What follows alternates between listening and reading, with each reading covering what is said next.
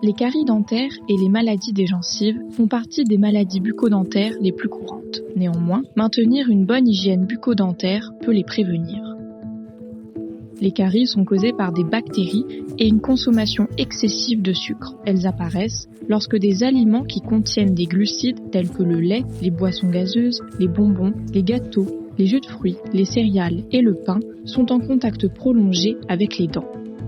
Les dents qui poussent dans la zone de la fente peuvent être plus fragiles à cause d'un émail plus fragile, ce qui les rend plus vulnérables aux caries. De plus, si les dents sont mal alignées à cause d'une mauvaise position, elles sont plus difficiles à nettoyer. Il est important de conserver des dents solides et en bonne santé. Les dents de lait sont importantes pour mâcher, parler et maintenir un espace approprié dans la bouche afin de guider efficacement la croissance des dents définitives. Les dents de lait contribuent également à conserver la forme des mâchoires supérieures et inférieures afin que les interventions chirurgicales et les traitements orthodontiques soient efficaces, ce qui améliore alors la fonction et l'apparence du visage et donc la confiance en soi de votre enfant. Les facteurs de risque rendant les dents plus vulnérables aux caries comprennent le grignotage fréquent, comme le fait de manger entre les repas, la consommation de boissons sucrées et le fait de ne pas se brosser les dents régulièrement. On accuse souvent les bonbons, les gâteaux et les biscuits de causer des caries. Mais le pain et les chips sont des aliments contenant des glucides qui se décomposent en sucre et peuvent également provoquer des caries. Du lait sans sucre ajouté peut être proposé aux enfants d'1 an et plus dans le cadre d'un régime alimentaire équilibré pour leur santé. Cependant, si votre enfant s'endort régulièrement sans se brosser les dents après avoir bu du lait, cela pourrait favoriser l'apparition de caries, notamment au niveau des dents de devant supérieures.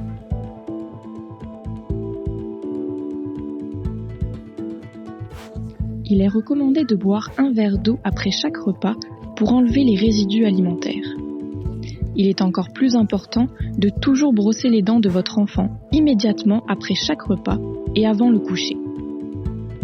En plus des caries, les enfants et les adultes avec une fente labiale et ou palatine peuvent également être affectés par des problèmes de gencives. Les problèmes de gencives ont divers degrés de gravité et votre dentiste peut recommander différents traitements. Ils sont causés par l'accumulation d'une pellicule blanchâtre et molle pleine de bactéries appelée plaque. La plaque peut être retirée simplement à l'aide d'une brosse à dents. Si une pellicule jaune ou blanche plus dure se forme sur les dents, il s'agit de tartre dentaire. Il n'est pas aussi facile à enlever avec une brosse à dents et il est nécessaire de consulter un dentiste pour un nettoyage professionnel. Les gencives rouges et enflées peuvent saigner facilement lors du brossage. Dans ce cas, et si c'est une affection sans gravité, on parle de gingivite. La gingivite peut aggraver certains problèmes en causant des inflammations plus graves de la gencive, une douleur accrue, des dents qui se déchaussent et des mauvaises odeurs.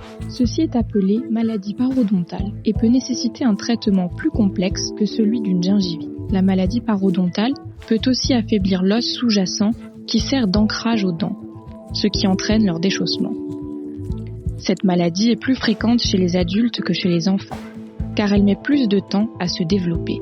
Il peut être particulièrement difficile pour un enfant de se brosser les dents après une chirurgie de la fente labiale ou palatine. Néanmoins, il est tout aussi important de brosser les dents de votre enfant durant cette période pour favoriser une bonne cicatrisation. L'accumulation de plaques ou de tartre n'est pas saine, car elle augmente la quantité de bactéries présentes dans la bouche. C'est normal d'avoir peur de brosser les dents de votre enfant après une intervention chirurgicale. Néanmoins, vous devriez demander à votre dentiste ou à un autre membre de l'équipe de traitement des fentes de vous montrer comment le faire correctement et il vous aidera. Utiliser du fil dentaire est particulièrement difficile sur les enfants car ils ont tendance à beaucoup bouger, ce qui complique la tâche. Essayez différentes positions jusqu'à en trouver une qui fonctionne pour votre enfant. Vous pouvez utiliser d'autres accessoires comme un porte-fil dentaire. Il est recommandé d'utiliser du fil dentaire 1 fois par jour, en général le soir, juste avant de se brosser les dents et de se coucher. Commencer tôt à utiliser du fil dentaire permettra à un enfant de s'habituer à cette technique. Quand un enfant est jeune et n'a que des dents de lait, elles peuvent être espacées